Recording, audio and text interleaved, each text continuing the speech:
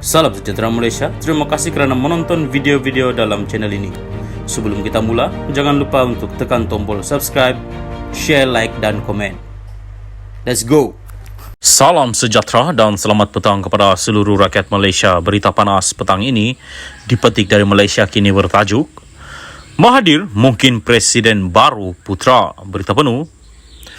Bekas Perdana Menteri Dr. Mahathir Mohamad dijangka bakal mengambil alih jawatan Presiden Parti Bumi Putra Perkasa Malaysia Putra yang baru disertainya sebagai penasihat. Menurut utusan Malaysia, Presiden Putra Ibrahim Ali akan menyerahkan tampuk pimpinan parti itu kepada bekas pengurusi pejuang itu dalam rombakan parti akan datang. Akhbar itu melaporkan ia sekaligus menjawab persoalan mengapa Mahathir diangkat sebagai ahli nombor 1 putra yang sebelum ini disandang oleh Ibrahim. Bekas Ketua Pejuang Wilayah Persekutuan Khairuddin Abu Hassan memberitahu utusan bahawa Ibrahim kini sedang mencari tarik yang sesuai untuk mengadakan mesyuarat Majlis Tertinggi Putra bagi membincangkan perahlian pimpinan itu dan memuktamadkan barisan kepimpinan baru. Bercakap tentang Ibrahim, beliau adalah tokoh pemimpin dan penyokong tegar Dr. Mahathir. Beliau sendiri beritahu saya bahawa mahu membuat pengorbanan dengan memberi satu saluran berdaftar kepada beliau. Ini kerana Ibrahim yakin dengan mutu kepimpinan Dr. Mahathir dan mampu meluaskan lagi pengaruh parti, sebab itu beliau mahu serah jawatan. Jadi apabila Dr. Mahathir merombak semula parti, Ibrahim cakap akan terima apa sahaja jawatan asalkan dapat beri sumbangan dan berjuang bersama, katanya. Pada 10 Februari, Mahathir mengumumkan bahawa dia dan 12 yang lain keluar dari pejuang, iaitu parti yang diasaskannya. Ia selepas pejuang yang diketuai oleh anaknya, Mukhris, memutuskan hubungan dengan Gerakan Tanah Air. Khairuddin juga menolak dakwaan bahawa Mahathir merupakan punca orang Melayu berpecah kerana sering bertukar parti. Ini hanya persepsi, dangkal dan tidak berasas.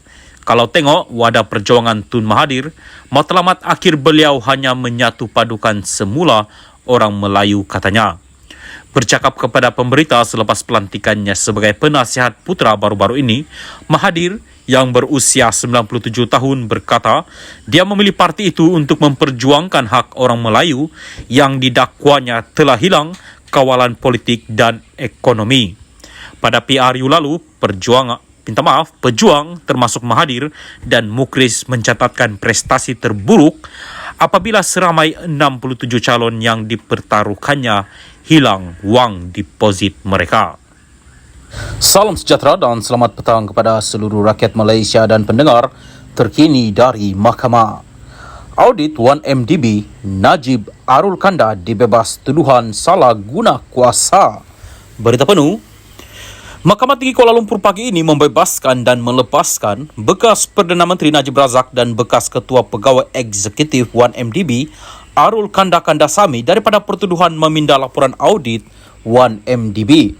Hakim Muhammad Zaini Mazlan memutuskan bahawa pihak pendakwaan gagal membuktikan kes prima facie terhadap kedua-dua mereka. Najib yang juga bekas Menteri Keuangan didakwa menggunakan kedudukannya sebagai Perdana Menteri untuk mengarahkan pindaan kepada laporan akhir audit 1MDB sebelum ia dibentangkan kepada jawatan kuasa kira-kira wang negara PAC pada 2016 untuk mengelakkan sebarang tindakan terhadapnya.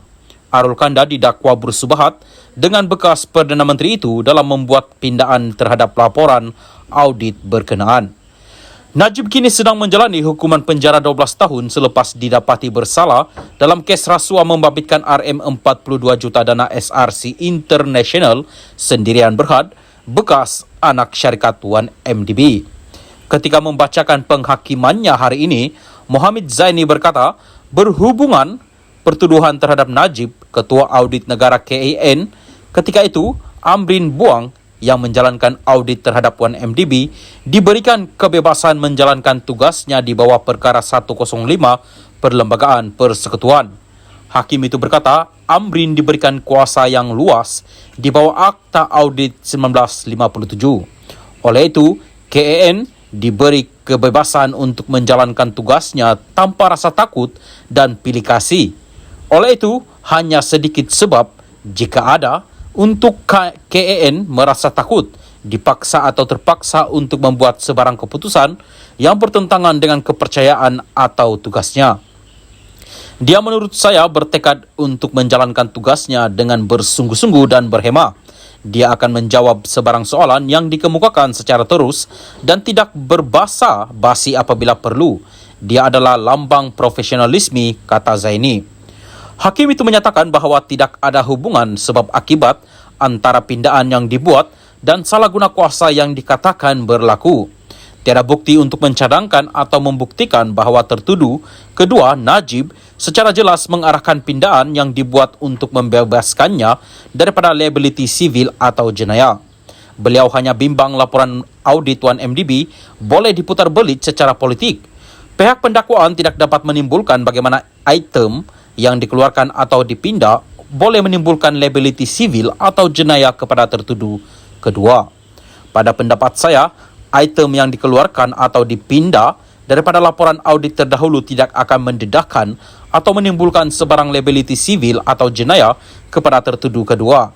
Pindaan itu seperti yang dinyatakan oleh Ketua Audit Negara adalah wajar, kata hakim itu.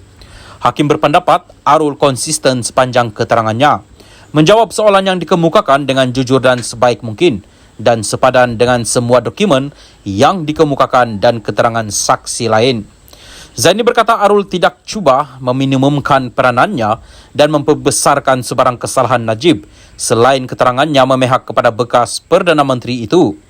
Pihak pendakwaan dalam pemeriksaannya tidak pernah mencabar mana-mana jawaban yang diberikannya ketika pemeriksaan balas yang memihak kepada tertuduh kedua Najib dan tidak ada sebarang percubaan untuk menganggapnya sebagai saksi yang bermusuhan, kata hakim itu sambil menyatakan bahawa pihak pendakwaan gagal menimbulkan sebarang percanggahan pada keterangan Arul.